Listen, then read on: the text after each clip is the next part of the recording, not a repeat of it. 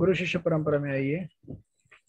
परम पूज्य राधानाथ स्वामी महाराज, एसी भक्ति वेदांत स्वामी प्रभुपाद, भक्ति सिद्धांत सरस्वती, गौर किशोर, भक्ति विनोद, बलदेव जगन्नाथ, विश्वनाथ, नरोत्तम, कृष्णदास, रघुनाथ जीव, रूप स्वरूप सनातन, श्री चैतन्य महाप्रभु, ईश्वरपुरी, नित्यानंद अद्वैत, माधवेंद्रपुरी, लक्ष्मीपति, व्यासतीर्थ, ब्रह्मण्य तीर्थ, पुरुषोत्तम, जय धर्म, राजेंद्र, विद्यानिधि, दयानिधि, ज्ञान सिंधु, जय तीर्थ, अक्षोभ्य, माधव, नृहरि, पद्मनाभ, मध्व, व्यास, नारद, ब्रह्मा, श्री कृष्ण।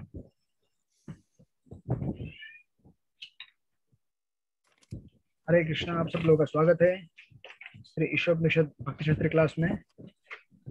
हम लोग स्टडी कर रहे हैं ईशोपनिषद का सीरीज नंबर 3।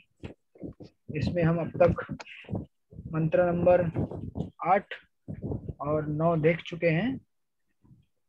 तो आज हम देखने जा रहे हैं मंत्र नंबर 10।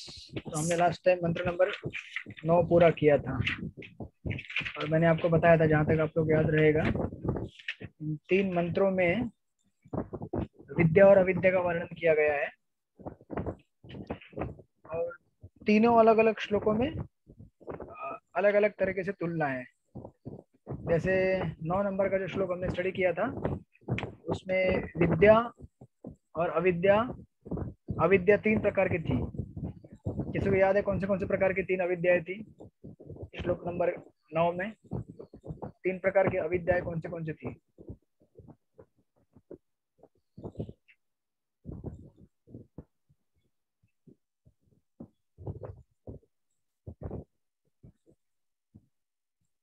इसको कौन बताना चाहेगा? 3 प्रकार की अविद्याएं।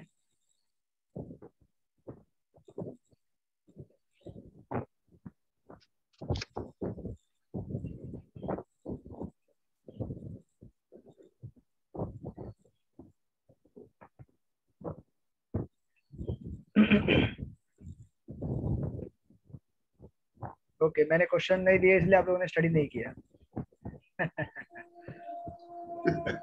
प्रभु जी, आधुनिक शिक्षा वाले।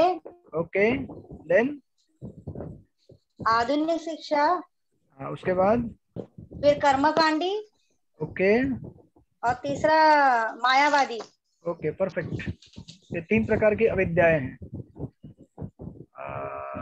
अविद्या या फिर तथाकथित ज्ञान, अपने आप को तथाकथित ज्ञानी मानने वाले 3 लोग हैं, राइट। तो अगर आप पिछला श्लोक का अगर ये पढ़ेंगे, नंबर 9, अंधतम प्रविशन्ति ये अविद्याम उपासते ततो भूय एवते तमो य उ विद्यायम रता। जो लोग अविद्यापूर्ण कार्यकलापों के अनुशीलन में लगे हुए हैं, वे अज्ञान के गहनतम क्षेत्र में प्रवेश करेंगे। तो ठीक है, सबसे पहले कैटेगरी तो है जो अंधकार में है, जिनको कुछ ज्ञान नहीं है, तो ज्ञान अंधकार में है, डूबने वाले ही है। लेकिन इसके अलावा सबसे डेंजरस कौन है? जो पढ़े लिखे नहीं है लेकिन बोलते हैं कि हम पढ़े लिखे हैं। उसका परिणाम ये होता है कि बिना डिग्री के भी आजकल लोग क्या बन जाते हैं? डॉक्टर बन जाते हैं, फर्जी दवाखाना खोलते हैं ना। तो उससे क्या होता है? फिर आपका किडनी चोरी होता है, लिवर चोरी होता है, राइट। ऐसे हॉस्पिटल्स हैं मार्केट में आज, क्योंकि ये असली डॉक्टर है ही नहीं। अगर डॉक्टर की असली पढ़ाई की होती तो ये सब कार्य ना करना पड़ता उनको।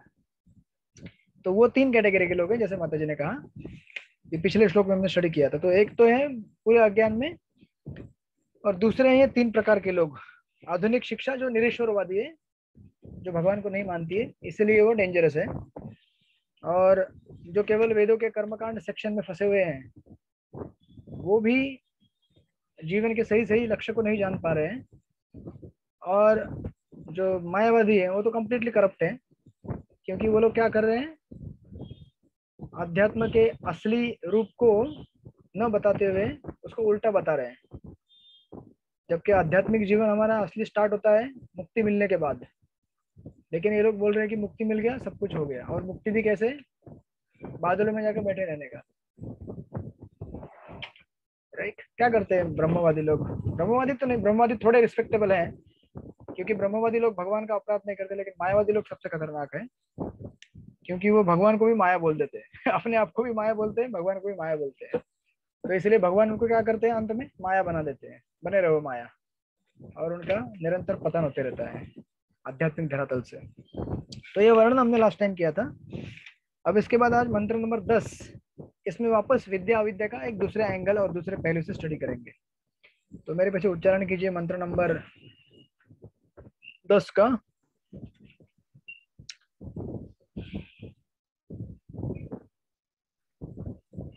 अन्य देवाहु विद्यायान अन्य देवायो विद्याया अन्यत आहुर अविद्यया अन्यथा विद्याया इति शुशुंधीराणाम् इति सुषुम्धीराणाम् येनस्तद विचिक्षरे। येनस्ततविचिक्षरे। पढ़िए, अनुवाद पढ़िए, रूपाली माता जी अनुवाद पढ़िए इस श्लोक का।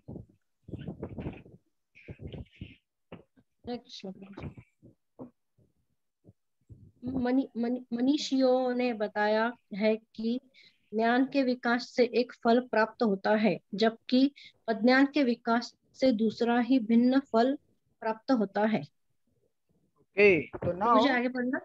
नहीं बस इतना ही। तो पिछले श्लोक में हमने पहले स्टडी कर लिया कि दो अलग अलग रास्ते कौन से हैं, विद्या और अविद्या के, राइट। फिर अविद्या के अंदर दो सेक्शन आते हैं, एक तो अविद्या टोटली है वो अविद्या है, और दूसरा जो अविद्या में है लेकिन खुद को बोलता है विद्या में हूँ, वो तीन कैटेगरी के लोग हैं। तो हमको अभी क्लियर हो गया है कि विद्या क्या होती है, अविद्या क्या होती है। विद्या क्या है, जो हमको सही सही रास्ते में लेके जाए और हमारे जीवन को पूर्ण बनाए, उसको विद्या बोलते हैं। और अविद्या उसको बोलते हैं जो हमें सही रास्ते में जाने से गुमराह करता है और गलत रास्ते पे लेके जाता है। तो अब इस मंत्र में बताया जाएगा कि अविद्या का विकास करने से एक रिजल्ट मिलता है और विद्या का विकास करने से दूसरा रिजल्ट मिलता है। ये इस श्लोक के इसमें बताया है। अब प्रभुपाद इन्हीं दो पॉइंट्स को परपट में एलैबोरेट करेंगे कि विद्या का विकास करने से क्या होता है और अविद्या का विकास करने से क्या होता है, राइट। तो इस परपट में आप लिख लीजिए सबसे पहला पॉइंट,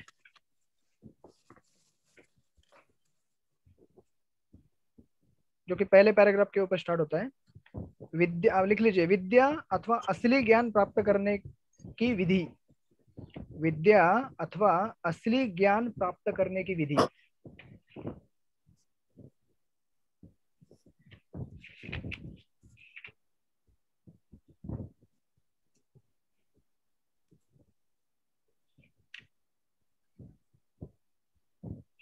विद्या तथा असली ज्ञान प्राप्त करने की विधि।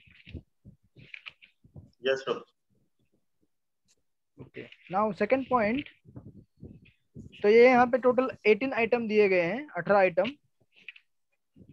उसके बाद अगर आप जाएंगे 58 पेज नंबर पे, तो 58 पेज पे सेकंड पैराग्राफ लिखा हुआ है, आधुनिक समाज में एक बालक भी अपने आप को आत्मनिर्भर समझता है। मिला वो पैराग्राफ? आधुनिक समाज में एक बालक भी, हाँ, उसके ऊपर लिखिए दूसरा नंबर का पॉइंट, विश्वविद्यालयीन शिक्षा। ऐसा लिखिए, आधुनिक विश्वविद्यालयीन शिक्षा।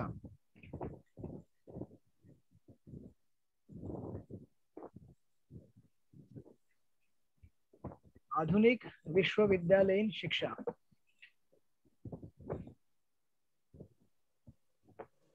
उसके बाद पेज नंबर 59 पे जब जाएंगे आप, तो आपको ये पैराग्राफ मिलेगा। वहां पे सूर्य असंख्य है और ग्रह मंडल भी असंख्य है। मिला?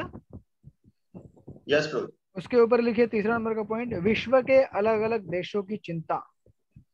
विश्व के अलग अलग देशों की चिंता।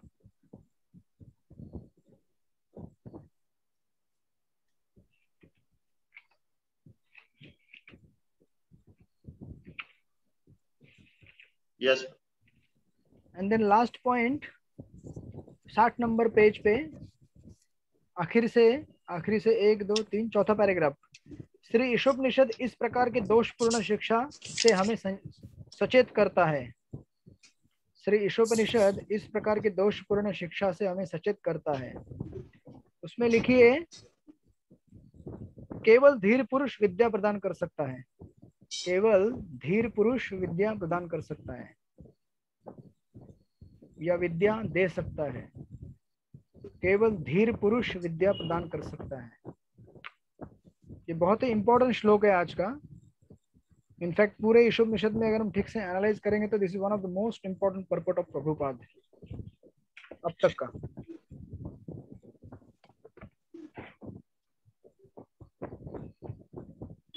तो एक्चुअली अगर देखा जाए तो ठीक है, हम लोग ऐसे जाते हैं। तो सबसे पहला पॉइंट जो दिया है मंत्र 10 के अंदर प्रभुपाद ने पर्पट में जो लिख रहे हैं, प्रभुपाद ट्रांसलेशन में बताते हैं कि मनुष्यों यानी कि लर्नड पीपल, शिक्षित लोगों ने ये बताया है कि ज्ञान के विकास से एक फल प्राप्त होता है जबकि अज्ञान के विकास से दूसरा।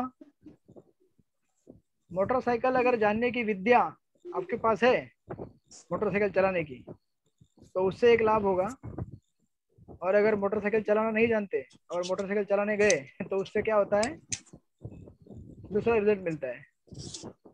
चलाना आता है और चला लिया तो एक रिजल्ट आएगा, चलाना नहीं आता है और सोचा कि मेरे को तो विद्या है, जाके चलाया तो उसका एक रिजल्ट आता है। तो अभी यहाँ पे इम्पोर्टेंट पॉइंट ये नहीं कि कौन सा ज्ञान है और क्या है, वो तो ज्ञान हमको सबको है ही, और प्रभुपाद पहले से देते आ रहे। ज्ञान क्या होता है? आध्यात्मिक ज्ञान आप सब लोग को मालूम ही है। आध्यात्मिक ज्ञान मतलब मैं कौन हूँ, आत्मा हूँ, मैं भगवान का दास हूँ, मुझे भगवान की सेवा करनी चाहिए, मुझे हमेशा हरे कृष्ण महामंत्र का जप करना चाहिए, हरे कृष्णा कृष्णा कृष्णा हरे हरे, हरे राम राम राम हरे हरे।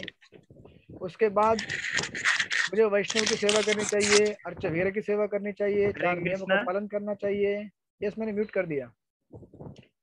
तो इस प्रकार ये सब ज्ञान हमको है, लेकिन प्रभुपाद इंटरेस्टिंगली यहाँ पे बोल रहे हैं कि उस ज्ञान को विकसित करने की विधि क्या है। हम में से बहुत सारे लोग सोचते हैं कि मैंने भक्ति शास्त्री का बुक पढ़ लिया, अब मैं नॉलेजेबल हो गया, वाह आई एम नाउ भक्ति शास्त्री, पंडित हो गया मैं अभी। ऐसा नहीं है भैया, ये तो अभी केवल आप ज्ञान क्या है वो देख रहे हैं, इस पुस्तक में ज्ञान क्या है वो देख रहे हैं। अभी इसको विकसित करने का विधि प्रभुपाद दे रहे हैं, इसको हमारे सिस्टम में उतारने का विधि दे रहे हैं। हरि बोल।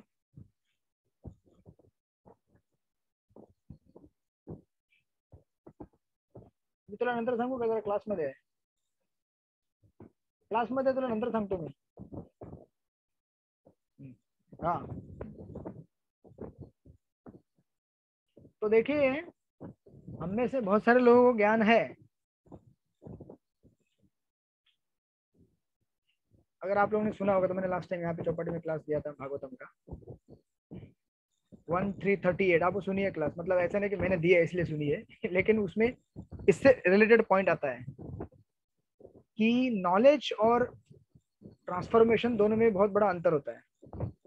प्रभुपाद इस पर्पट में मोस्टली एक चीज के बारे में बताएंगे, नॉलेज एक चीज होती है और ट्रांसफॉर्मेशन दूसरी चीज होती है। नहीं तो हम बोलेंगे प्रभुपाद ये सब ज्ञान बिन क्यों बता रहे हैं, या फिर यहाँ पे बता रहे हैं कि ज्ञान के विकास से एक फल प्राप्त होता है। तो ठीक है, हमने ज्ञान तो विकास किया, लेकिन हम लोगों ने ज्ञान अभी तक विकास नहीं किया। अभी तक हम ज्ञान को लिस्ट आउट कर रहे हैं, ये ज्ञान होता है, ये ज्ञान होता है, ये ज्ञान होता है।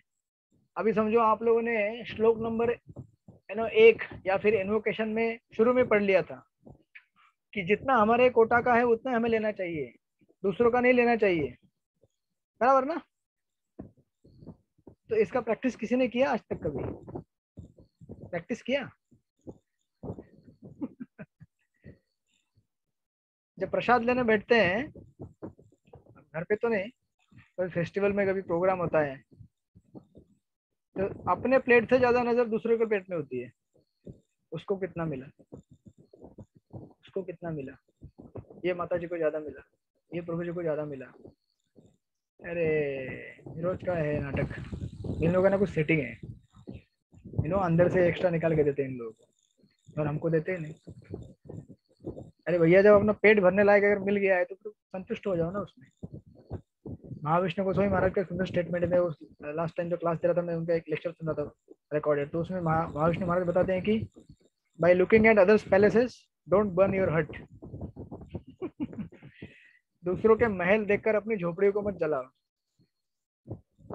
अपनी झोपड़ी है, अपनी झोपड़ी है, उसका महल है, उसको देख के अगर आप देखते रहोगे और आपको ईर्ष्या होगी तो मतलब क्या कर रहे हैं हम लोग, अपनी झोपड़ी को जला रहे हैं। क्या जरूरत है, अपनी झोपड़ी जो अपनी है ना, चला अच्छी तरह से। तो ये जो मैंने अभी स्टेटमेंट दिया, इसको हमें इंटरनलाइज करना पड़ता है, विकसित करना पड़ता है। केवल पढ़ने से नहीं होता है। पढ़ना एक पहला प्रिलिमिनरी स्टेज है, नो डाउट, डेफिनेटली। हमें पहले हॉस्पिटल में जाना चाहिए, तब जाके हमको वैक्सीन मिलेगा कोविड का। हॉस्पिटल नहीं गया तो क्या मिलेगा कोविड का वैक्सीन। तो हम हॉस्पिटल में आ गए, लेकिन अभी वैक्सीन लेने के लिए रेडी तो होना चाहिए हमको। तो वैक्सीन लेने के लिए दर्द सहन करना चाहिए, उसके आफ्टर इफेक्ट सहन करने चाहिए। वैक्सीन लेने के बाद होता है ना आफ्टर इफेक्ट्स, राइट। मुझे हुआ था, 2 दिन लगातार बुखार आया था भयंकर। आप लोग डरिए मत, लीजिए, किसी को होता है किसी को नहीं होता है, but it's always good to take preventive medicine. तो उस प्रक्रिया को प्रभुपाद यहाँ पे दे रहे हैं। अभी टोटल 18 आइटम दिए हैं, तो हम लोग सारे आइटम डिस्कस नहीं करेंगे, कुछ गिने चुने आइटम डिस्कस करेंगे।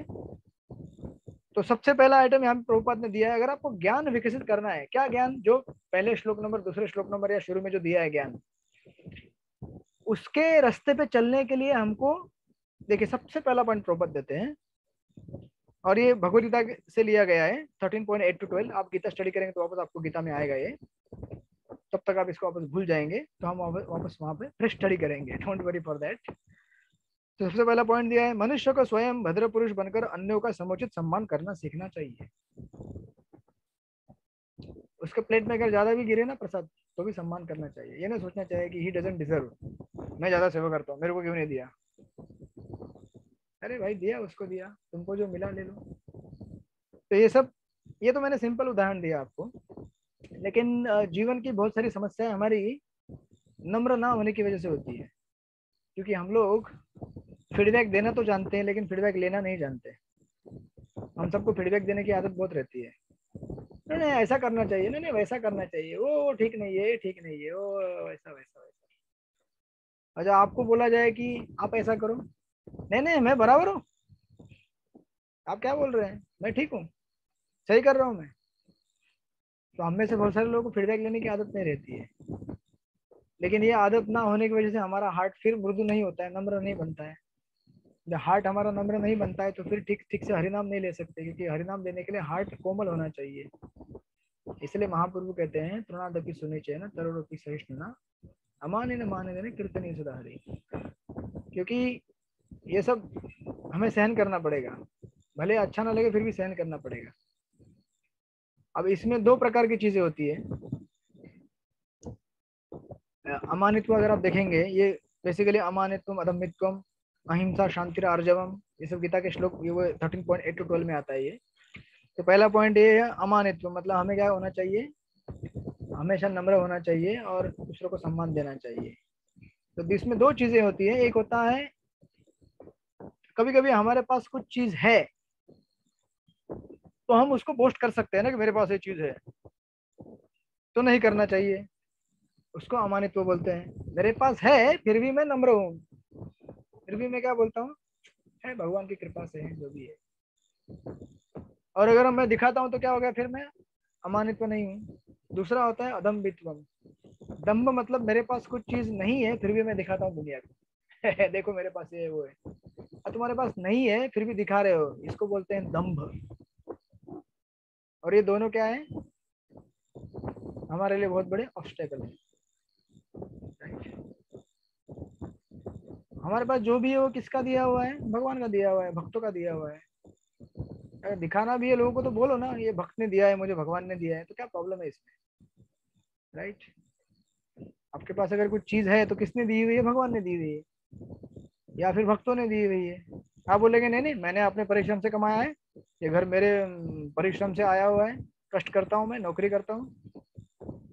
अरे भैया ठीक है, लेकिन तुमको कष्ट करने के लिए, नौकरी करने के लिए केवल तुम्हारे अकेले से काम करने से नहीं होता है ना। पूरे समाज का, पूरे परिवार का, पूरे सोसाइटी का, पूरे सृष्टि का सपोर्ट आपके पास है, इसलिए तो काम कर रहे हैं ना आप इतना। अकेले में हम कुछ कर सकते हैं क्या? नहीं ना। अगर आज देखिए कितने सारे कोविड के पेशेंट ऑक्सीजन की कमी की वजह से कितना स्ट्रगल करते हैं ना। ये क्या दर्शाता है कि हम अकेले से कुछ भी नहीं करने के लायक है एक्चुअली देखा जाए तो। हमारे पूरे शरीर में कितना जटिल यंत्रणा है, कुछ भी चीज कहीं रुक जाए थोड़ी बहुत तो हमारी बड़ी बड़ी डिग्री है, हमारे बड़े बड़े स्किल्स, हमारी बड़ी बड़ी कैपेसिटी है, कुछ भी काम में नहीं आएंगी। हेल्पलेस हो जाते हैं हम लोग। हमें समझना चाहिए हमेशा कि हमारे पास जो भी हो किसने दिया हुआ है, भगवान ने दिया हुआ है, भक्तों ने दिया हुआ है, समाज ने दिया हुआ है, हमारे पेरेंट्स ने दिया हुआ है, सब कोऑपरेशन से काम चल रहा है। हमारे अकेले का कुछ भी नहीं है यहाँ पे। जो व्यक्ति ये सोचता है कि मैं अकेला बहुत बड़ा आदमी हूँ, वो अज्ञान की तरफ बढ़ रहा है और एक दिन वो इस तरह से गिर जाएगा, उठना उसके लिए असंभव हो जाएगा। So this is first thing. और देखिए कई बार हम लोग यू नो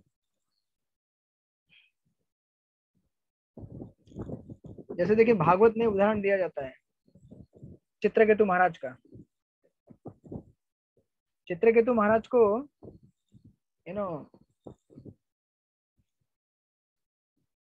उनको जब पुत्र हुआ था, जब पुत्र उनका शरीर छोड़ दिया तो चित्रकेतु महाराज की वाइफ क्या बोली, कैसा सृष्टि करता है, सृष्टि करना ठीक से आता भी नहीं तुमको। पिताजी के और माताजी के देखते देखते बच्चे ने क्या कर दिया, शरीर छोड़ दिया। राइट। मतलब हमारे अंदर इतना अज्ञान भरा हुआ है कि हम लोग, एक तो हमारे अपने गलतियों की वजह से कुछ चीजें हम कर बैठते हैं। हमारे किसी भी चीज के लिए कोई जिम्मेदार नहीं है, कोई भी जिम्मेदार नहीं है। उसके लिए कौन जिम्मेदार है? केवल हम लोग भी जिम्मेदार हैं। लेकिन हम लोग अज्ञान में सोचते हैं कि उसने ऐसा किया, इसने ऐसा किया, ये, और अल्टीमेटली कौन है फिर? भगवान है। राइट। तो बहुत सारी दुनिया में ऐसे लोग हैं कि जो मतलब कुछ नहीं मिलेगा तो अंत में भगवान को कोसते हैं। देखा होगा आप लोगों ने, आपके अपने और हमारे अपने खुद के जीवन के उदाहरण है। शुरुआत होती है हमारे नेबर से या हमारे पास में रहने वाले व्यक्ति से, इससे उससे उससे, और अगर उसको हम ठीक ठीक टाइम पे रेक्टिफाई नहीं करेंगे उस अंडरस्टैंडिंग को, तो यह अंडरस्टैंडिंग ग्रेजुअली ग्रेजुअली भगवान तक जाती है और हम भगवान को क्या करते हैं, उसका जिम्मेदार मानते हैं। तो इसीलिए देखिए जब हम नम्र होना चाहते हैं, नम्र होने की प्रक्रिया में सबसे पहला एक चीज है कि मैं क्या हूँ, इनसिग्निफिकेंट हूँ, मैं कुछ भी नहीं हूँ, मेरा कुछ भी नहीं है इस दुनिया में। जो भी दिया है सब कुछ, जब अगर दूसरों ने दिया हुआ है तो उस पर ना गर्व करने की बात है और ना ही वो जाने के बाद रोने की बात है। दूसरे ने दिया था तो उधार पे दिया था ना, सब कुछ उधार पे तो लिया हमने, तो और किसी ने ले लिया तो फिर रोने की क्या बात है इसमें? हमारे और लेने वाले अभी कैसे लेता है, और हमारी अपनी गलतियों की वजह से लेता है। ऐसा नहीं कि जबरदस्ती कभी भी छीन लिया गया हमसे, हमारे अपने ही कर्म हमें क्या करते हैं, विवश करते हैं। इसीलिए देखिए जब हम, एक एस्पेक्ट है, अब नम्रता जब हमें प्रैक्टिस करनी होती है, देखिए ये सब प्रैक्टिकल एप्लीकेशनल चीजें बताई जा रही हैं आज यहाँ पे। जब हमें नम्रता प्रैक्टिस करनी है तो नम्रता प्रैक्टिस करते समय ऐसा नहीं कि मैं नम्र हूँ, मैं नम्र हूँ, मैं नम्र हूँ, मैं नम्र हूँ। हमारा फोकस ज्यादा उस पर नहीं होते हुए हमसे ज्यादा वो अच्छा है, वो अच्छा है, वो बोलने में जाना चाहिए। सी हम हमेशा ये बोलते रहेंगे मैं नम्र हूँ, तो एक्चुअली क्या हो गया फिर, मैं पे आ गया ना, आई सेंट्रिक। जैसे इसलिए कि प्रभुपाद यहाँ पे क्या लिख रहे हैं अच्छी तरह से, कहते हैं कि मनुष्य को स्वयं भद्र पुरुष बनकर अन्यों को समुचित सम्मान करना सीखना चाहिए। दूसरों को सम्मान देंगे तो ऑटोमेटिक आप हम्बल है ना। आप अगर नम्र है तो बताने की जरूरत नहीं कि मैं नम्र हूँ, मैं नम्र हूँ, मैं नम्र हूँ। मैं ज्यादा मैं करेंगे तो मैं हो जाएगा, वो आई सेंट्रिक हो जाता है वो। It should become devotee, other devotee centric और कृष्णा सेंट्रिक। राइट। तो इसीलिए हमको अगर ये जो हमने अपने आप के ऊपर लिया है, या तो दो चीजें होती हैं, या तो मैं बहुत बड़ा आदमी हूँ, या तो मैं बहुत प्रभु जी मैं प्रभु जी मैं ऐसा करते करते मैं ही हो जाता है वो। इससे अच्छा है कि आप प्रॉपर जो एडवाइस कर रहे हैं यहाँ पे, दूसरों को सम्मान दे। ठीक है, आप नम्र है चलेगा, लेकिन आपकी नम्रता की परीक्षा तब होगी जब आप दूसरों के लिए क्या करते हैं, दूसरों को कितना सम्मान देते हैं, वो आप जरा हमें दिखाइए, उससे हमें ये दिखेगा ना। तो अदरवाइज हमने आप देखा है इस्कॉन में कभी कभी हम देखते हैं ऐसे कुछ भक्त रहते हैं, आपने भी देखा होगा, मैं अंशो प्रभु जी, मैं बहुत दीन हूँ, मैं बहुत हीन हूँ, मैं बहुत गिरा हुआ हूँ। अरे ठीक है भैया तुम हो, लेकिन तुम इसके लिए क्या कर रहे हो ये तो बताओ। मैं गिरा हूँ, मैं दीन हीन हूँ, लेकिन अगर कुछ सेवा आएगा तो प्रभु जी थोड़ा मैं क्या है ना नहीं कर सकता राइट। तो ये क्या दर्शाता है, फिर हम तो नम्र है नहीं, खेल ना बोलने के लिए बोल रहे हैं केवल, हमने केवल जैसे तोता जैसा एक टेप लगा लिया है, क्योंकि हमें बोला है प्रभुपाद ने कि नम्र रहना चाहिए, तो हमें लगता है कि बोलने से नम्र हो जाते हैं। ऐसा नहीं है, प्रैक्टिस करने से नम्र हो जाते हैं, practice. This is first point. And second point Prabhupada यहाँ पे लिख रहे हैं कि मनुष्य को केवल नाम तथा यश के लिए कभी धर्मात्मा का स्वांग नहीं करना चाहिए, यानी कि दिखावे के लिए हमें क्या करना नहीं चाहिए, धर्म का प्रैक्टिस नहीं करना चाहिए। जैसे फॉर एग्जांपल दिखावा, जैसे मैं आपको उदाहरण देता हूँ, आपने पुराने कुछ कभी फिल्म देखे होंगे, एक हीरो रहता है और वो किसी लड़की को इम्प्रेस करना चाहता है, तो एक उधार की कार लेके आता है, बोलता देखो मेरे पास इतनी बड़ी कार है, तो हीरोइन बोलते क्या बात है यार, तू तो एकदम कमाल है, एकदम बढ़िया है यार तो ये क्या हो गया, अपने आप को बड़ा दिखाने के लिए हम लोग क्या कर रहे हैं, दम्भ कर रहे हैं किसी चीज का कि मेरे पास ये चीज है, मेरे पास वो चीज है। जैसे देखिए आज के जमाने में, और आप अगर इंडियन हिस्ट्री भी देखेंगे ठीक ठीक से हमारे भारत देश में, तो गलत नहीं है, आप अगर स्क्रिप्चर्स यूज करना चाहते हो तो कीजिए, बट कुछ ऐसे नेता हो चुके हैं जिन्होंने, जैसे आपको बताता हूँ मैं, अब अगर देखेंगे इंडिया में ऐसे कई पॉलिटिशियंस हैं जो भगवत गीता या दूसरे तत्सम शास्त्र का उपयोग करते हैं आम पब्लिक को रिझाने के लिए। शास्त्र में से बोलते हैं वो ऐसा होना चाहिए, वैसा होना चाहिए, उनको मतलब शास्त्र से कुछ लेना देना है नहीं, भगवान से कुछ लेना देना है नहीं, लेकिन देख रहे हैं कि आम जनता का भगवान के प्रति श्रद्धा है, शास्त्रों के प्रति श्रद्धा है, मेरा तो नहीं है, लेकिन अभी इनको अगर रिझाना तो क्या बोलना पड़ेगा, गीता से कोट करना पड़ेगा, भागवत से कोट करना पड़ेगा, राइट, कि ऐसा करो ऐसा करो, शास्त्र का आधार लेके इनको क्या करना पड़ेगा, अट्रैक्ट करना पड़ेगा। तो ऐसे शास्त्र के इस्तेमाल को क्या करते हैं, मनुष्य को केवल नाम तथा यश के लिए कभी धर्मात्मा का स्वांग नहीं करना चाहिए, कि मुझे अगर इस तरह से मैं इस्तेमाल करूंगा तो मुझे सक्सेस मिलेगा या मुझे यश मिलेगा, क्योंकि फिर लोग सुनने के लिए आएंगे ना। प्रभुपाद कई बार कहते हैं कि भारत में बहुत सारे पॉलिटिशियन स्पीच देते हैं, मतलब पूर्व काल में कर चुके हैं लोग, ऐसे तो लोग कोई सुनेंगे नहीं हमारी बात को, लेकिन अगर आप बोलेंगे मैं भगवत गीता से बोल रहा हूँ तो लोग सुनने के लिए आते हैं ना, और मैसेज क्या रहेगा फिर, वही पॉलिटिकल मैसेज। तो इसलिए प्रभुपाद ये चीज यहाँ पे वार्न कर रहे हैं कि हमें केवल नाम के लिए धर्म का ये नहीं करना चाहिए ना। थर्ड थिंग, अहिंसा। मनुष्य को अपने शरीर के कार्यों, अपने मन के विचारों या अपने वचनों से कभी दूसरों की परेशानियों का कारण नहीं बनना चाहिए, इसको अहिंसा कहते हैं। Interesting definition.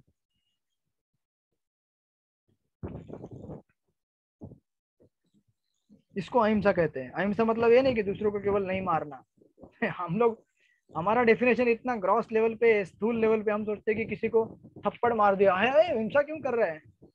अरे भैया हिंसा तो ये शारीरिक स्तर पे हो गया, मानसिक स्तर पे भी हिंसा होता है ना, उस हिंसा को हमें रोकना चाहिए। मन के विचारों या अपने वचनों से कभी दूसरों की परेशानियों का कारण नहीं बनना चाहिए।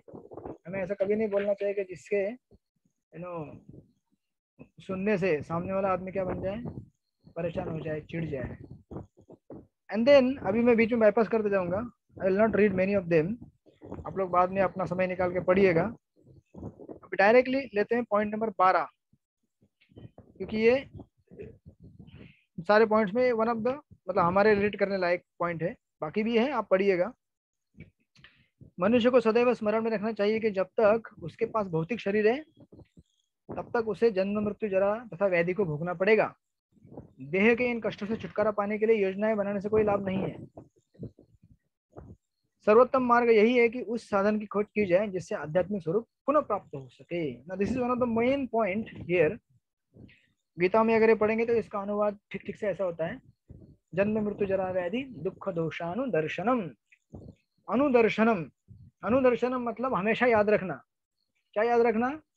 कि हम लोग क्या होने वाले हैं, इन 4 चीजों के शिकार होने वाले हैं धीरे धीरे धीरे धीरे धीरे। जन्म तो हमने लिया है, वो पीड़ा हमने ले ली, पहले हमारी माता ने ली है, हमने ली है वो पीड़ा। अब धीरे धीरे हमें क्या हो रहा है, जरा जकड़ रही है। जरा जकड़ रही है ना, हम सबको नहीं जकड़ रही है क्या? एवरी सेकंड बाय सेकंड हम लोग जितने जवान थे बूढ़े होते जा रहे हैं, और उसके बाद व्याधि आने वाली है। व्याधि तो बहुत सारी अभी चली रही है और भी आगे आएगी, और फिर फाइनली क्या होगा, जन्म जरा व्याधि के बाद फाइनली मृत्यु आएगा, हम सबको शरीर छोड़ना पड़ेगा। तो ऑफकोर्स प्रभुपाद कहते हैं कि इन चीजों को हमेशा हमें याद रखना चाहिए, और इंटरेस्टिंग, इनसे छूटने का उपाय भी यहाँ पे प्रभुपाद दे रहे हैं। देखिए कई बार ऐसा होता है कि जब हम इन चीजों के बारे में चर्चा करते हैं, बात करते हैं, तो जो आज के तथाकथित जो समाज है वो कहता है कि क्या है यार, इस्कॉन वाले हमेशा मृत्यु के बारे में बात करते हैं, मृत्यु मृत्यु मृत्यु मृत्यु मृत्यु। अरे कितना बात करोगे मृत्यु यार, मुझे तो सुन के मृत्यु आ रही है। लेकिन मृत्यु के बारे में बात करना जीवन के फैक्ट्स को स्वीकार करने जैसा है। देखिए समझो फॉर एग्जांपल, आपको अगर इसको, ये 3 सुंदर टर्म है, चतुर्थ को इसको डिस्क्राइब करते हैं। पेसिमिज्म, पेसिमिज्म मतलब आशावादी होना, सॉरी ऑप्टिमिज्म, ऑप्टिमिस्टिक। ऑप्टिमिस्टिक मतलब क्या होना, आशावादी होना। पेसिमिस्टिक मतलब निराशावादी होना, राइट। तो हम में से फॉर एग्जांपल अभी समझो आपको मैंने, समझो रूपाली माता जी को 1 गिलास मैंने दिया पानी का भरा हुआ, लेकिन एक्चुअली उसमें कितना पानी है, आधा ही गिलास पानी है। तो अगर माता जी बोलेंगे क्या प्रभु जी आधा ही गिलास पानी दिया आपने, तो बोले माता जी क्या ऑप्टिमिस्टिक रहो यार, उसमें कितना पानी है, आधा फुल ग्लास भरा हुआ है हाफ ग्लास इज फुल समझ रहे आप, आधा ग्लास भरा हुआ है। मतलब कहने का अर्थ ये है कि पानी है ना, पानी तो है कम से कम। इसको बोलते हैं ऑप्टिमिस्टिक। अरे ठीक, मतलब थोड़ा पॉजिटिव बोलो यार, आधा ग्लास मत बोलो, आधा ग्लास भरा हुआ बोलो, राइट। अब से फॉर एग्जांपल अगर आपको ग्लास दिया जाए उसमें पानी ही नहीं है, और फिर भी आप बोलेंगे नहीं इसमें पानी है, बी पॉजिटिव यार, तो उसको क्या बोलेंगे हम, क्या बोल सकते हैं उसको? मूर्खता। स्टूपिड बोलेंगे ना, मूर्ख बोलेंगे ना। हाँ, यस।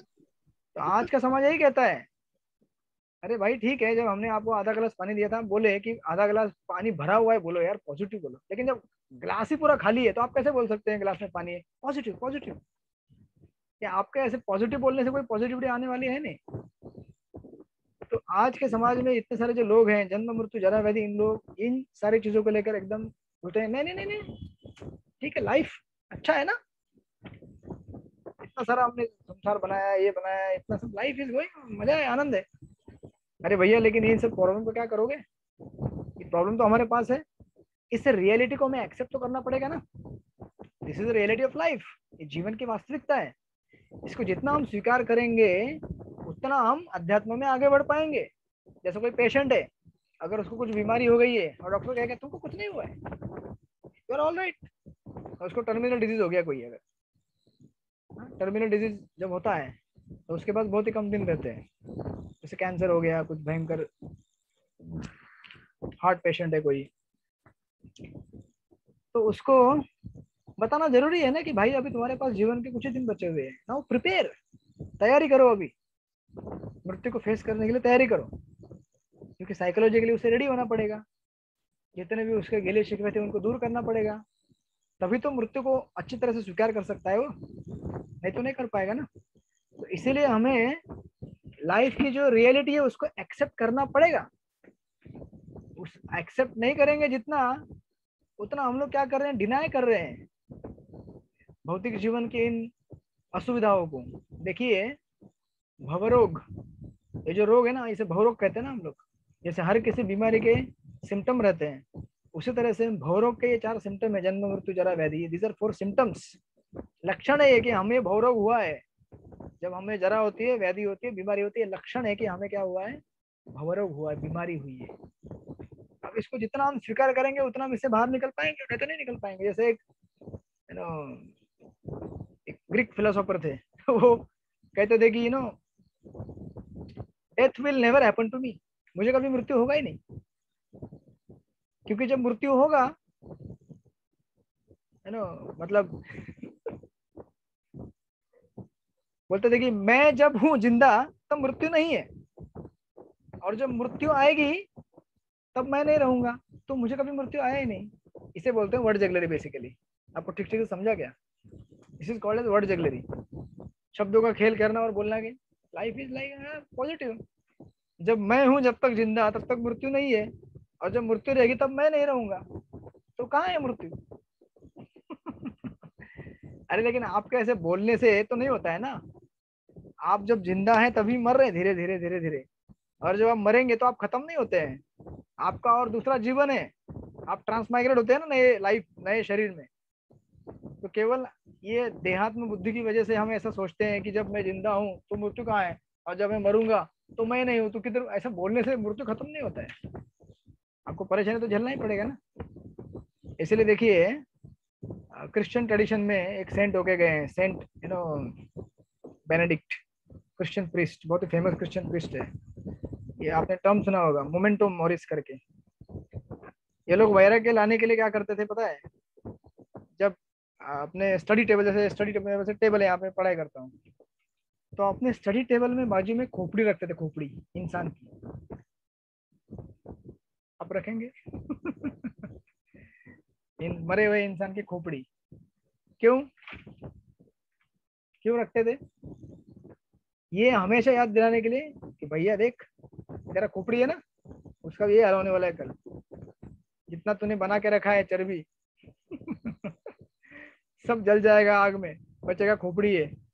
ठीक है ना? याद रख, इसको याद रखते हुए जीवन जी। You have to face that.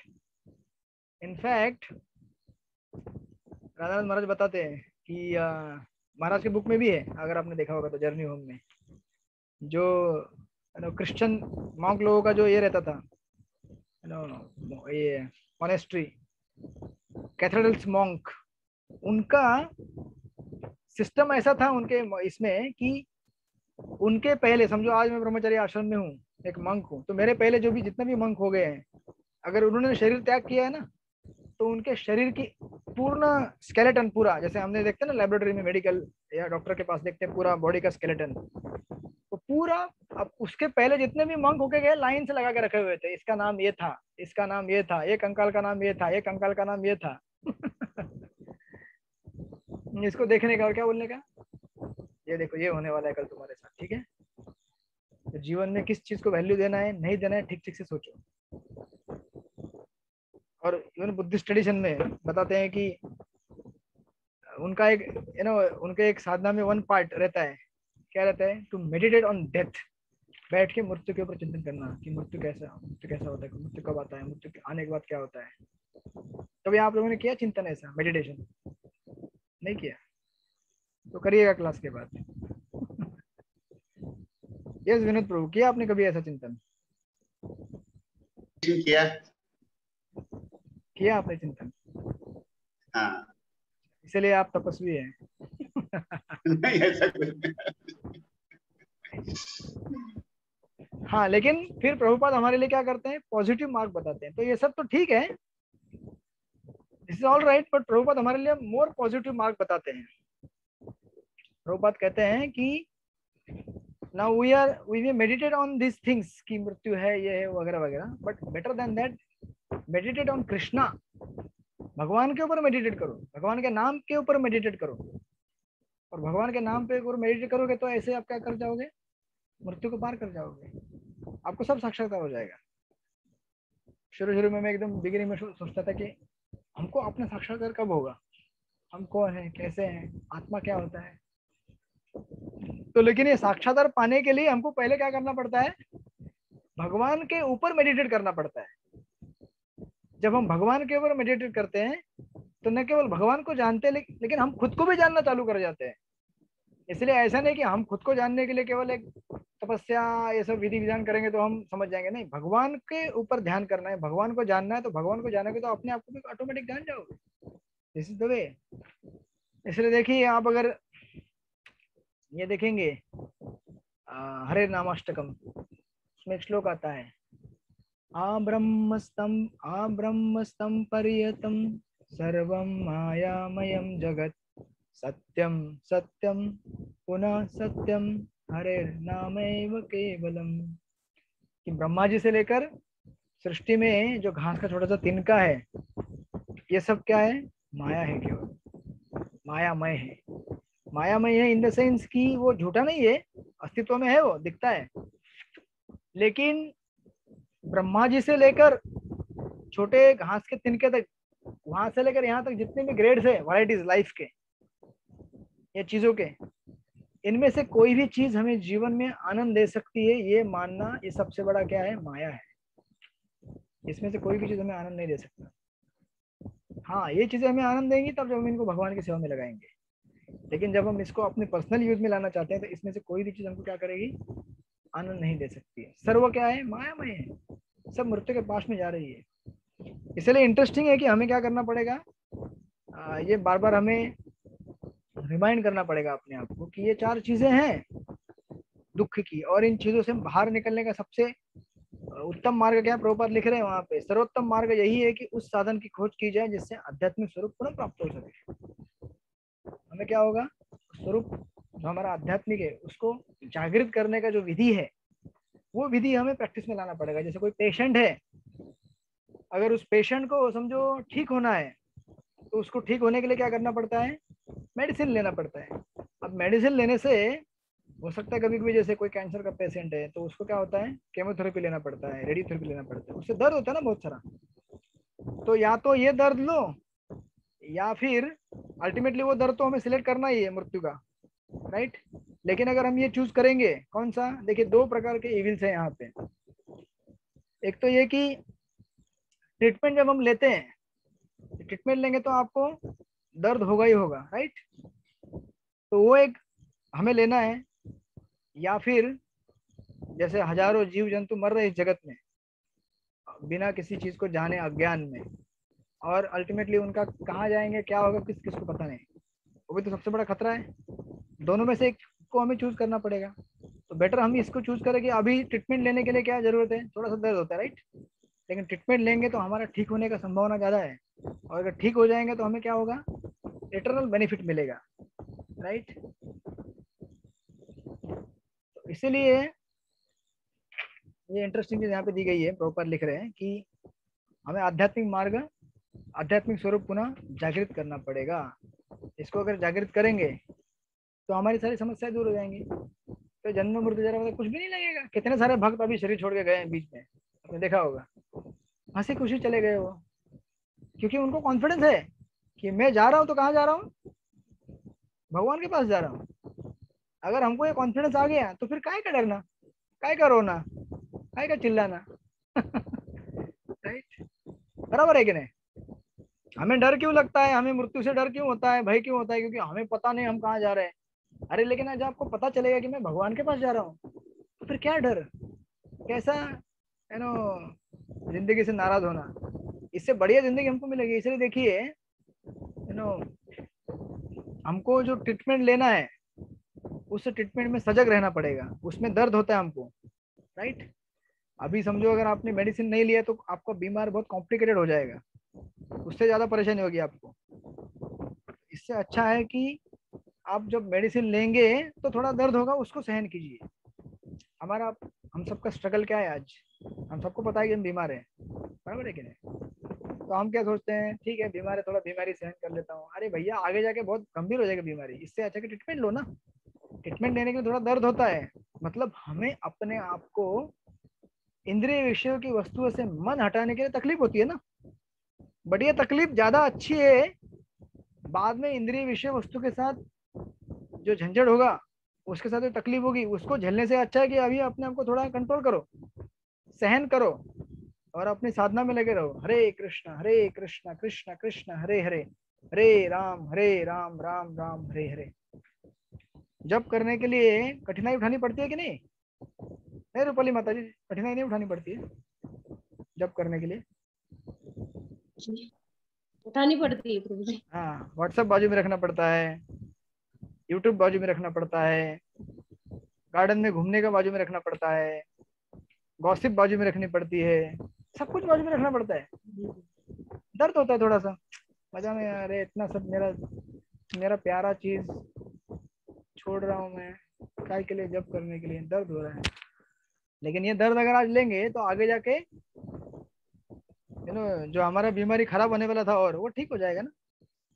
इसलिए देखिए इन्हें इसमें एक नरेशन कोट कर रहे हैं यहाँ पे चेतन चंद प्रभु। कहते हैं कि एक आर्टिकल उन्होंने पढ़ा था बहुत साल पहले, जब सबसे पहले 1980 के दशक में जब कैंसर का ट्रीटमेंट जब आया ना, तो उसमें जो सबसे पहला व्यक्ति था उसने जब कैंसर का ट्रीटमेंट लिया था, तो उस व्यक्ति ने ट्रीटमेंट, अब देखिए उसका ट्रीटमेंट बहुत ही पेनफुल रहता है, chemotherapy radiotherapy very very painful. मतलब हमने एक्सपीरियंस नहीं किया है, लेकिन जिन्होंने किया है वो बताते हैं ऐसा, सो वेरी पेन गिविंग। तो उन्होंने अपना एक स्लोगन बना के रखा था उस पेशेंट ने कि जब ये ट्रीटमेंट लेना है ना, बिल्कुल झिझकना नहीं है, सहन करना है। और उन्होंने स्लोगन बनाया था, don't go gentle, don't go gentle. काय के लिए? ताकि सहन करने की शक्ति मिले, स्लोगन बना दिया था। और इवन जो युद्ध भूमि रहती है ना, वॉर फील्ड में अगर आप ये फॉर्मूला इस्तेमाल नहीं करेंगे, डोंट गो जेंटल, मतलब सावधान नहीं रहेंगे, आप ऐसे रिलैक्स रहेंगे, तो क्या हो जाएगा? कभी भी आपका क्या हो जाएगा? खात्मा हो जाएगा। वैसे साधक को भी क्या होना चाहिए? Don't go gentle. हमें ये नहीं सोचना चाहिए कि ये बहुत नहीं कर सकता मैं, छोड़ दूं। नहीं, सहन करने की शक्ति लाओ, टॉलरेट करो। अगर ये टॉलरेट करोगे तो आगे जाके हमारा क्या होगा? बेटर फ्यूचर बनेगा, बेटर प्रोस्पेक्ट बनेगा, अच्छा हमारा भविष्य बनेगा, आज अगर सहन करेंगे तो। इसलिए जो बेसिकली ट्रांजिशन पीरियड रहता है, कौन सा? हमारा केवल तकलीफ उतना ही है, इंद्रिय विषय वस्तु में से मन हटा के कृष्ण के ऊपर मन लाना, बस इतना सा। वो जो बीच का सफर है ना, उसमें हमें तकलीफ होती है। एक बार कृष्ण के ऊपर मन लग गया, कुछ तकलीफ नहीं, सब आनंद ही आनंद रहता है। जब तक माया में हमारा मन लगा हुआ है तब तक तकलीफ बहुत है, लेकिन जब माया से मन उठ के कृष्ण में जाएगा तो जीवन हमारा सुखी हो जाएगा, राइट। इसीलिए यहाँ पे ये चीज बहुत अच्छी तरह से प्रभुपाद दे रहे हैं कि हमें इन 4 चीजों के बारे में क्या होना चाहिए? हमेशा सतर्क रहना चाहिए, सावधान रहना चाहिए। तो महाराज का कोटेशन भी है, महाराज कहते हैं कि to control the mind and senses is very difficult, but to live without controlling mind and senses is 100 and million times more difficult. हम सोचते हैं कि अरे मैं कंट्रोल नहीं कर सकता इंद्रियों को, मेरे मुझे कुछ खाने की इच्छा हो जाए खा लेता हूँ, घूमने की इच्छा तो घूम लेता हूँ, कठिन है। लेकिन महाराज बोल रहे कि इंद्रियों को कंट्रोल करना कठिन है, जीवन हमारा मतलब वैसा जीवन कठिन रहता है, लेकिन उससे खतरनाक जीवन है इंद्रियों को कंट्रोल ना करके जीना, बहुत ही कठिन जीवन है वो। तो better we control our senses, don't go gentle. तो इसलिए हमें ये हमेशा याद रखना चाहिए, it is a very important aspect of our life. और आगे जैसे आप जाएंगे, ये 13, 14, 15 और बाकी बीच में जो मैंने पढ़े इनमें से बहुत सारे जो इंस्ट्रक्शंस दिए गए हैं ये इसी के आसपास घूमते हैं। Don't go gentle. जैसे देखिए यहाँ पे लिखा है 13 नंबर का, मनुष्य को आध्यात्मिक उन्नति के लिए जीवन की जितनी आवश्यकता है उनमें से अधिक प्रति आसक्त नहीं होना चाहिए। कठिन है ना? उसके बाद मनुष्य को स्त्री, संतान तथा घर के प्रति शास्त्रों की आज्ञा से अधिक आसक्त नहीं होना चाहिए। ये नहीं मना किया कि आसक्त मत हो जाओ, लेकिन जितना लिमिट है, जितना बाउंड्री है, उसको क्रॉस मत करो। कितना आसक्त होना चाहिए? जपा करते समय भी अभी सोचते रहोगे क्या मेरा बच्चा मेरे, सोच ठीक है सोचना, लेकिन इतना भी नहीं कि आपका जब डिस्ट्रैक्ट हो जाए। हम तो सोचते ही हैं डेफिनेटली हमारे घर परिवार वालों के बारे में, उनके अच्छाई के बारे में सोचते हैं, बट इतना भी नहीं कि कंप्लीटली हमारा जपा कहाँ और हम कहाँ, राइट।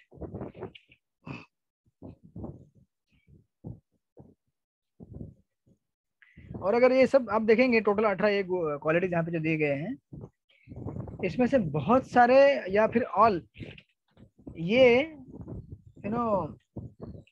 क्वालिटीज हैं ये डेवलप करने के लिए। ये कोई जानकारी नहीं है जस्ट कि ये चीजें करके ऐसा लिस्ट आउट नहीं है ये ऐसा। ये क्या है, क्वालिटीज टू बी डेवलप्ड। इसीलिए इस ज्ञान को प्रभुपाद कहते हैं ज्ञान की प्रक्रिया, ज्ञान को विकसित करने की प्रक्रिया। This is the process of knowledge. हम या फिर इसको अपनी भाषा में बोल सकते हैं this is a transformational not informational. हमें क्या लगता है कि हमें इन्फॉर्मेशन बहुत मिल गया, अच्छा है, हाँ हमने समझ लिया, अरे अभी तक हुआ नहीं कुछ। जब तक ट्रांसफॉर्मेशन नहीं होगा तब तक कुछ नहीं हो सकता। ये हमें क्या है, ट्रांसफॉर्म करने के लिए दिया गया है, ये सब क्वालिटीज प्रैक्टिस करने के लिए दिया गया है। देखिए कभी कभी हमें ऐसा दिखता है कि आज का अगर खास करके हम समाज देखेंगे कि बहुत सारे जो वैदिक और अगर आज का हम कंपेयर करेंगे वैदिक टाइम और आज का टाइम, आज के जमाने में केवल बच्चों को क्या की जाती है, शिक्षा दी जाती है कॉलेज में। उनको ये नहीं समझाया जाता है कि इसका जीवन में कैसे इस्तेमाल करना चाहिए।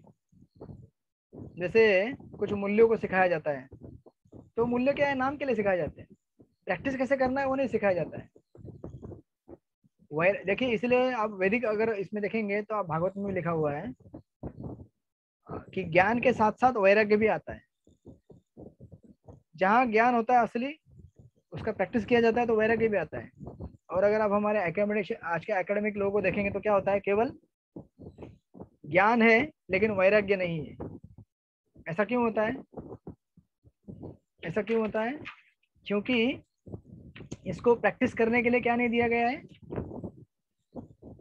एक एटमॉस्फेयर नहीं दिया गया है। वही पॉइंट देखिए अभी अगर आप पढ़ेंगे दूसरा point, let's go to the second point.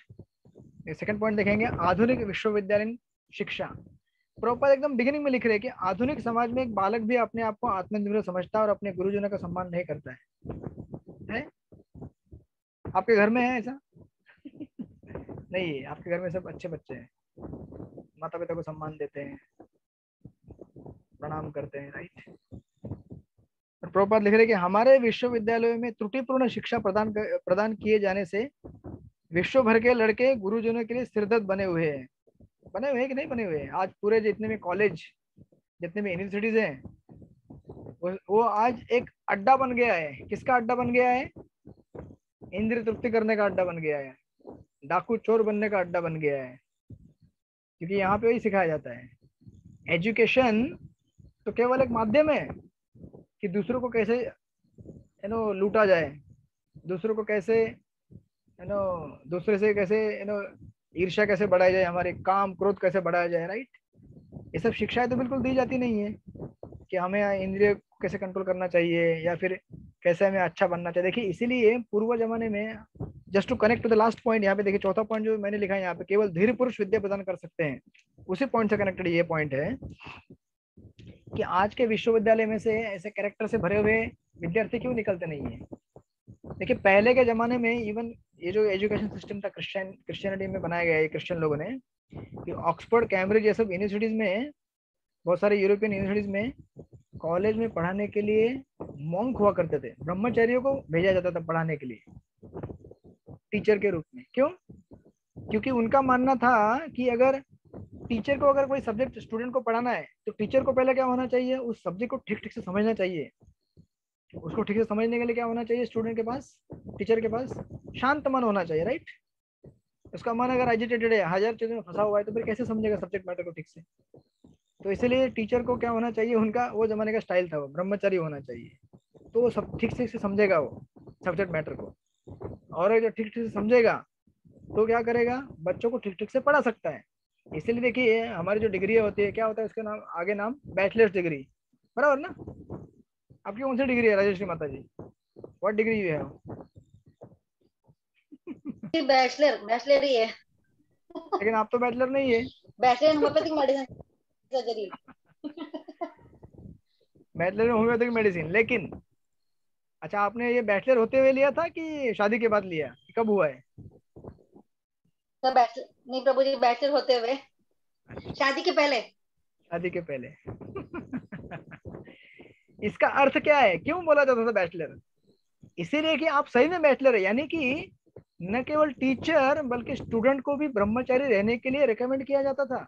That's why it is called as bachelor degree. ऐसा नहीं कि जोड़ी वाला डिग्री। पति पत्नी का degree, house wife husband wife degree, ऐसा तो कभी बोला नहीं गया है ना। It's called as bachelor degree. Why? Because student is bachelor, teacher is also bachelor. जितना स्टूडेंट को फॉलो, टीचर को फॉलो करना है सेलिब्रेसी वगैरह, उतना स्टूडेंट को, so that they understand the subject matter nicely.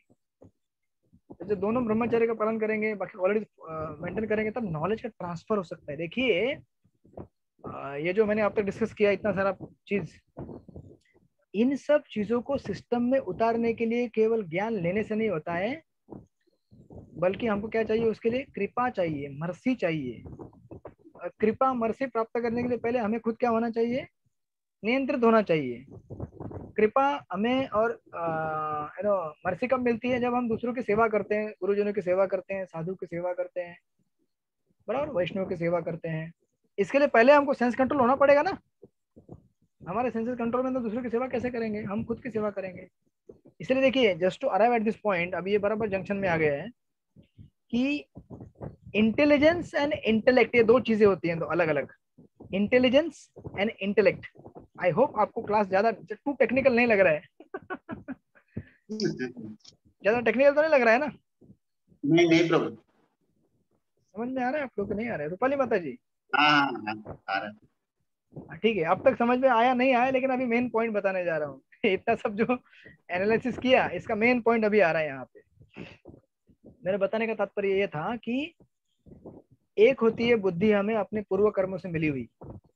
देखिए हमारे आज के समाज में बहुत सारे लोग इतने अच्छे शार्प एनालिसिस देते हैं न्यूज चैनल में, इतना शार्प प्रेजेंटेशन देते हैं, या कोई कोई कॉमेडियन रहता है, इतना कॉमेडी करते हैं, स्टैंडिंग कॉमेडी, बाप रे, खड़े रहते हैं, ऐसा ऐसा लगता है कि पूरी गंगा बहा दे कॉमेडी की। या फिर कुछ लोग ऐसे होते हैं इतने स्किल्ड, लेकिन अगर उनका कैरेक्टर देखेंगे ना, थर्ड क्लास रहेगा कैरेक्टर। देखा आपने? आपको उदाहरण बताता हूँ, पॉज करके बताता हूँ। ठीक है, अभी अनपॉज कर सकते हैं। चरित्र का निर्माण करने के लिए हमें क्या होता है?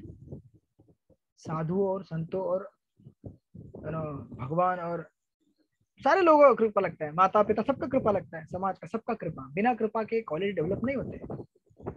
अदरवाइज ये सब केवल पढ़ने से अगर डेवलप होते हैं तो आज सब भगवत धाम चले जाते हैं। ऐसा तो नहीं हुआ है ना केवल। इसीलिए हमें संघ में आना पड़ता है, सेवा करनी पड़ती है। प्रभु महाराज का कोटेशन है, कहते हैं कि memorising scriptures and speaking them just require some past good karma. शास्त्र पढ़ना और इसको एनालाइज करना और प्रेजेंट करना, इसके लिए कुछ पूर्व कर्म चाहिए आपको, अच्छा, उससे हो जाएगा। लेकिन शास्त्र में विश्वास रखना और शास्त्र के हिसाब से जीवन जीने के लिए आपको महात्माओं का आशीर्वाद लगता है, उसके बगैर नहीं होता है। इसलिए प्रभुपाद कह रहे हैं कि ये ज्ञान को विकसित करने की प्रक्रिया है, राइट? तो आपको ऐसा मैं ये नहीं बोलना चाहता कि फिर हमें शास्त्र को मेमोराइज नहीं करना चाहिए, हमें एनालाइज नहीं करना चाहिए, करना चाहिए सब कुछ। लेकिन भैया केवल वो उतना सा नहीं है, वो तो केवल 10% है। 90% तो आपका क्लास चालू होता है क्लास होने के बाद। आपकी क्लास होने के बाद चालू होते हैं एक्चुअली। जब क्लास चल रही है, अभी क्लास नहीं चल रही है एक्चुअली। क्लास चलने के बाद मेरी क्लास चलेगी, आपकी क्लास चलेगी। जो भी सुना समझा अप्लाई कितना कर रहे हैं लाइफ में, राइट? तो दिस इज इंटरेस्ट। इसलिए देखिए यहाँ पे क्या लिख रहे हैं प्रभुपाद इस परपोर्ट में, कि यह कहा जा सकता है कि विश्वविद्यालय अविद्या के ही केंद्र है क्या आज के यूनिवर्सिटीज। फलस्वरूप विज्ञानी जन अन्य देशों को नामो निशान मिटा देने के लिए घातक अस्त्र शस्त्र की खोज करने में व्यस्त है। आज विश्वविद्यालय के छात्रों को न तो ब्रह्मचर्य के नियमों की शिक्षा दी जाती है, न ही शास्त्रीय आदर्शों में उनकी श्रद्धा रह गई है। धर्म के सिद्धांतों की शिक्षा केवल नाम तथा यश के लिए दी जाती है, व्यवहार में लाने के लिए नहीं दी जाती। इस प्रकार न केवल सामाजिक तथा राजनीतिक क्षेत्रों में अपितु धर्म के क्षेत्र में भी मनोमालिन्य व्याप्त है। तो ये सिचुएशन हमारी है। इस तरह से हमारा क्या हुआ है, डिग्रेडेशन हुआ है, पतन हुआ है। आज का जो एजुकेशन है, आई होप आपके पास कुछ 5-10 मिनट है और तो पूरा हो जाएगा ये सेक्शन है। यस प्रभु जी। कि थक गए हाँ आप? यस प्रभु जी। नहीं प्रभु जी चलेगा। विनोद प्रभु जी कह रहे तो बाकी लोग बोलते हैं अरे प्रभु जी कह रहे तो अभी हम कैसे मना कर सकते हैं। तो ऐसी कोई बात नहीं है। कोई अगर थक गया है तो हाथ ऊपर कीजिए, हाथ ऊपर कीजिए। थक गए आप लोग?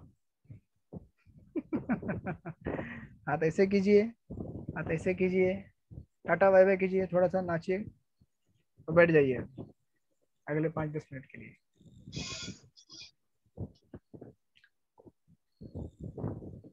हाँ, तो मैं बता रहा था कि आज के एजुकेशन में 2 प्रकार की प्रॉब्लम आती है हमारे लिए। आज का जो एजुकेशन है हमारे लिए, यू नो, आप ये सुनेंगे तो आप चक्कर आ जाएगा आप लोग। आप बोलेंगे ये एजुकेशन हम लेते फिर क्यों है। जैसवन प्रभु बहुत सुंदरता से एनालाइज करते हैं, कहते हैं कि आज के एजुकेशन से हमारे मन में शंकाएं उत्पन्न हो जाती है शास्त्रों के प्रति, होता है कि नहीं? आज का एजुकेशन सिस्टम हमें शास्त्रों में विश्वास रखने के लिए पॉजिटिव इंफॉर्मेशन नहीं देता है, नेगेटिव बोलता है। तो आज के शिक्षा पद्धति से ठीक है, किसी का अपना वो करियर है, वो अलग चीज है, उसको मत लाइए यहाँ पे। कोई बैंकर है, कोई अकाउंटेंट है, कोई डॉक्टर है, वो सब फलाना फलाना ठीक है, that's all right for our livelihood. But सावधान नहीं रहेंगे तो क्या होता है? नंबर 1, इट प्रोड्यूसेस डाउट, तो हमारी बुद्धि को भ्रष्ट कर देता है। दूसरा चीज, हमारे मन को भ्रष्ट कर देता है, बिकॉज ये हमारे मन में हजारों इंद्रिय तृप्ति की इच्छा को निर्माण कर देता है। आज की शिक्षा पद्धति, अरे ऐसे भोग लेना चाहिए जीवन में, ऐसे खाना चाहिए, और वही रोटी अगर सिंपल हम तवे में बना के खा सकते हैं तो उसी को फ्रैंकी बना के खाओ। फ्रैंकी, अरे रोटी सब्जी तो है, क्या है वो? तो मतलब एक स्टेप आगे बढ़ा दिया। जो सिंपल घर में रोटी सब्जी खा सकते थे उसको क्या कर दिया, और बढ़ा दिया कॉम्प्लिकेशन, राइट? तो देखिए ये 2 चीजें हैं। इसीलिए गीता में अगर आप पढ़ेंगे, भगवान बोलते हैं मई अर्पित मनोबुद्धिर, आप मुझे आपकी मन और आपकी बुद्धि दोनों अर्पित कर दो। क्यों? क्योंकि आपकी बुद्धि भ्रष्ट हो गई है आधुनिक शिक्षा से, आपका मन भी क्या हो गया, भ्रष्ट हो गया। दोनों को मेरे पास दो, नहीं तो तुम खत्म हो जाओगे। क्योंकि तुम्हारा मन अभी तुम्हारा मन नहीं रहा, वो तुम्हारी बुद्धि नहीं रही है, खराब हो गई है वो। और देखिए इन दोनों में, इसको बोलते हैं brain doubts and heart doubts. Intelligence is related to brain doubt, और मन और या हार्ट, उसका हार्ट डाउट होता है। दोनों में से डेंजर है हार्ट डाउट। ब्रेन डाउट मतलब क्या? अरे भागवत के 5म स्कंद में लिखा गया है सृष्टि इतनी बड़ी है, ये ब्रह्मांड में ये इतने बड़े बड़े पेड़ है, एक जम्बूद्वीप में पेड़ है, वहां से इतना बड़ा आम का आम गिरता है, तो आम जब फटता है तो पका हुआ तो नदी बहती है आम की जूस की। अरे ये कैसे? कुछ भी लिखा ऐसे। तो ये ब्रेन डाउट है, राइट? शंका होती है हमको, लेकिन शास्त्र तो एब्सोल्यूट है, जो दिया दिया है। हमने देखा नहीं इसका मतलब थोड़ी ऐसा होता है कि नहीं ये करके हो। आपने तो ऐसा कुछ भी बहुत सारी चीज नहीं देखी है, इसका मतलब थोड़ी कि वो चीज नहीं है, राइट? इससे खतरनाक होता है हार्ट डाउट। हार्ट डाउट मतलब क्या? अरे मैं जपा करूंगा तो मेरा सचमुच अच्छा होगा क्या? This is dangerous doubt, right? अब इसको दूर करने के लिए हमें क्या करना पड़ता है? इसलिए भक्तों का संग लेना पड़ता है। भक्तों का संग करेंगे तो ये डाउट खत्म हो जाते हैं तुरंत, जितने भी हमारे हार्ट में भगवान कौन है, भगवान कैसे हैं, क्या है वगैरह। जैसे सुंदर उदाहरण दिया यहाँ पे प्रभुपाद का, एक वेस्टर्न फिलोसोफर है, उन्होंने, उनका ऑब्जर्वेशन है हिंदुइज्म के बारे में। कहते हैं कि मैंने जब पहले इन अमेरिकन वैष्णव को देखा ना 1965-68 को, तो कहे कि ये सारे अमेरिकन भक्तों को, जो मतलब पाश्चात्य देशों के जो भक्त बने उनको देखा तो इनको कुछ भी मालूम नहीं था हरे कृष्ण का फिलोसॉफी, कुछ भी, मतलब कुछ भी बोलते थे उल्टा पुल्टा। मतलब आज हम जितना सिस्टमेटिकली स्टडी कर पा रहे हैं, ईशोपनिषद या भगवद गीता स्टडी करते हैं, हम सबको मालूम है भगवान कौन है, जीव कौन है, सब चीजें जानकारी में हमें पता है। तो फिलोसोफर कह रहे थे कि उनको कुछ मालूम नहीं पड़ता था क्या है, लेकिन उनको एक इतना कन्विक्शन था कि हरे कृष्णा जप करने से हमको परफेक्शन मिलेगा लाइफ में। अब आप मुझे बताइए दोनों में से कौन सा इंपॉर्टेंट है? आपको सब कुछ मालूम है शास्त्र का, सब जानते हैं, लेकिन आपको विश्वास नहीं है कि जप करने से मेरा सिद्धि होगा। ये डेंजर है ना? इससे बढ़िया है कि आपको कुछ मालूम नहीं है शास्त्र का, लेकिन इतना मालूम है कि जप करने से मेरा लाइफ में सब कुछ कल्याण हो जाएगा। ये ज्यादा इंपॉर्टेंट है कि नहीं? ये यस व्हाट इज इंपॉर्टेंट? तो आप में से विश्वास। बहुत सारे, हाँ, भक्ति शास्त्री के इधर इंटेलेक्चुअल लोग रहेंगे। आपसे बढ़िया तो वो रहेगा जो मंदिर में कुछ बर्तन धोता है किचन में, लेकिन उसका हरि नाम में इतना श्रद्धा है कि बोलता है प्रभु नाम के सिवा कुछ नहीं है, कोई नहीं तार सकता, इज बेटर देन अस। वो भक्ति शास्त्री हो चुका है, और हम लोग को भी जन्म लगेंगे भक्ति शास्त्री होने के लिए, राइट। तो फिर उन्होंने एनालाइज किया कि ये ऐसा कैसे हो गया।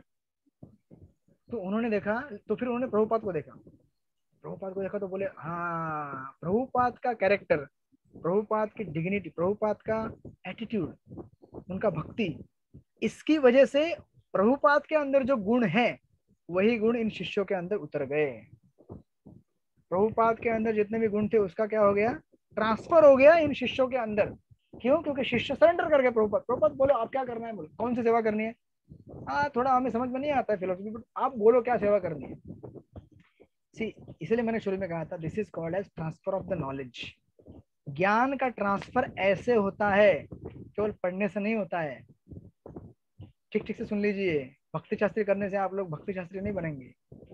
भक्ति शास्त्री केवल आपको ये बताने के लिए किया जा रहा है कि भक्ति प्राप्त करनी है, शास्त्री प्राप्ति करनी है, तो भगवान के भक्तों की सेवा करनी होगी, भगवान की सेवा करनी होगी, ऑफकोर्स अपने माता पिता की सेवा करनी होगी, और बाकी सबकी सेवा करनी होगी। जब उनके आशीर्वाद से, और खास करके जो शुद्ध भक्त है भगवान के, उनके अगर मुख से अगर आप सुनेंगे और उनको अगर सेवा करेंगे तो वो जो आशीर्वाद देते तब जो ज्ञान उतरता है ना, ऐसा ज्ञान कभी भी नहीं छूटता, कभी भी नहीं छूटता है। तो this is the process of knowledge.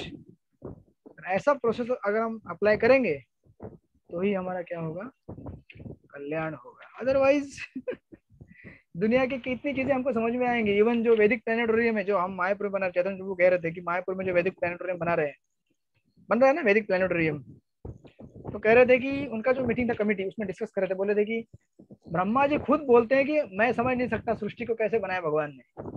तो इस हमारे टीम में अगर ब्रह्मा जी भी होंगे ना वैदिक प्लानिटोरियम टीम में, तभी भी ये हमारा परफेक्ट बनेगा नहीं ये प्लानिटोरियम स्ट्रक्चर, क्योंकि ब्रह्मा जी खुद बोलते हैं, तो हम क्या कर पाएंगे। ठीक है, तो हम केवल प्रभुपाद का आदेश पालन करने के लिए जैसे तैसे हो सके बनाएंगे, राइट। तो इसलिए भक्तों का संग बहुत इंपॉर्टेंट है। और ऑफकोर्स थर्ड पॉइंट में प्रभुपाद यहाँ पे लिख रहे हैं विश्व के अलग अलग देशों की चिंता क्या है। तो वही पॉइंट जो मैंने पीछे रिपीट किया था, प्रभुपाद लिखते हैं कि हम बारंबार जन्म लेते हैं, मरते हैं, और सामान्यतः हम बुढ़ापे तथा रोग से हताश हो जाते हैं। मनुष्य की आयु लगभग 100 वर्ष निर्धारित है, यद्यपि यह धीरे धीरे घटकर 20-30 वर्ष तक पहुंच रही है। भला हो अविद्या की संस्कृति का। मूर्ख लोगों ने इन लोगों के भीतर अपने अपने राष्ट्र बना रखे हैं ताकि वे इन कुछ वर्षों तक अधिक प्रभावी ढंग से इंद्रिय भोग कर सके। ऐसे मूर्ख लोग अच्छी तरह राष्ट्रीय हदबंदी तैयार करने की विविध योजनाएं बनाते हैं, जो कार्य पूर्ण रूपेण असंभव है। इसके चलते प्रत्येक राष्ट्र अन्य राष्ट्रों के लिए सरदर्द बना हुआ है। नहीं बना हुआ है सरदर्द? आज देखिए, अगर आप देखेंगे आज तो सबसे ज्यादा मैक्सिमम जो रहता है ना हाई लेवल ऑफ बजट किसके लिए जाता है? रक्षा के लिए जाता है, डिफेंस के लिए। ये दिखाता है कि हम लोग किस तरह प्रोग्रेस कर रहे हैं। मतलब हम लोग का एक दूसरे के ऊपर बिल्कुल भरोसा नहीं है। धीरे धीरे ऐसा हो जाएगा कि हम अपने घर में बंदूक रखना चालू करेंगे, तलवार रखना चालू करेंगे, मुझे पड़ोसी के ऊपर विश्वास नहीं है, क्या करेगा मेरे ऊपर वो। पाश्चात्य देश में तो ये हो ही रहा है, और हमारे पास वो संस्कृति धीरे धीरे आ रही है। क्यों? क्योंकि इंद्रिय तृप्ति को हमने अपना प्रमुख लक्ष्य बनाया हुआ है, तो उसके चलते कंपटीशन होगी, मारामारी होगी। और प्रभुपाद ये भी चीज लिख रहे हैं, चौथे पॉइंट में लिख रहे हैं केवल धीर पुरुष विद्या प्रदान कर सकते हैं। तो जो कि मैंने अभी ऑलरेडी डिस्कस किया आप लोगों से, क्यों डिस्कस दे सकते हैं धीर पुरुष विद्या। प्रभुपाद लिख रहे हैं कि ईशोपनिषद इस प्रकार की दोषपूर्ण शिक्षा से हमें सचेत करती है। कौन से? आज के आधुनिक शिक्षा से। और भगवत गीता असली ज्ञान के विकास हेतु उपदेश देती है।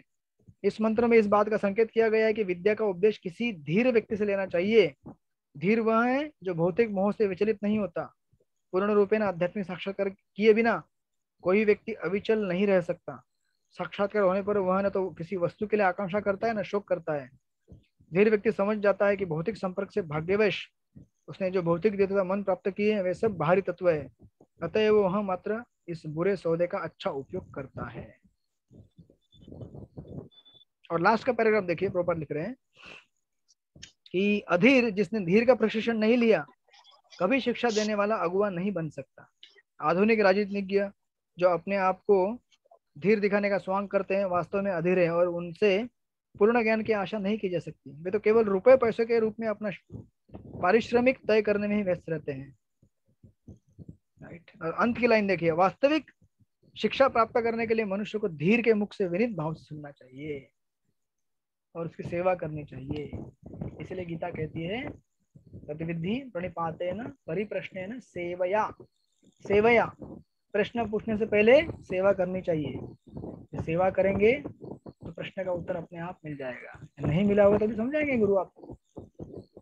उपदक्षिणते ज्ञानम ज्ञानिनाम तत्वदर्शिनाम। तो ये इसका मैसेज है इस श्लोक का। तो आप लोग पढ़िएगा आगे और सुंदर परपट है प्रभुपाद का, और इसको मनन कीजिए और यही संदेश लीजिए कि अगर हमें भक्ति शास्त्री बनना है तो केवल बुक पढ़ने से नहीं बनेंगे हम।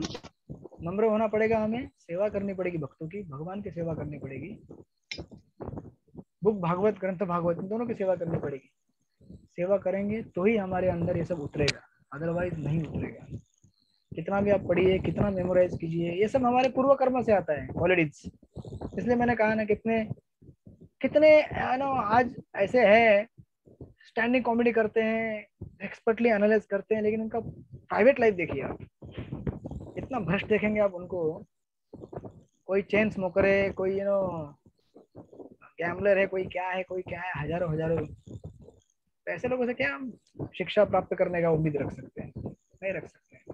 राइट, ठीक है। श्रील प्रभुपाद की जय, श्री ईशोपनिषद की जय। हरे कृष्ण प्रभु जी। किसी का कोई प्रश्न है तो पूछिए क्विकली। वैसे क्लास ऑफिशियली हरे पूरा हो बोल। चुका है। जिसको विश्राम लेना है, प्रसाद लेना है, ले सकते हैं। हरि बोल। प्रभु जी आपने वो बोले ना डोंट गो जेंटल, जेंटल ही बोले ना प्रभु जी आप? हाँ, जेंटल बराबर है। तो उसका हिंदी में कैसा अनुवाद होगा प्रभु जी? मतलब सहज, जेंटल बोले तो सहज ही ना?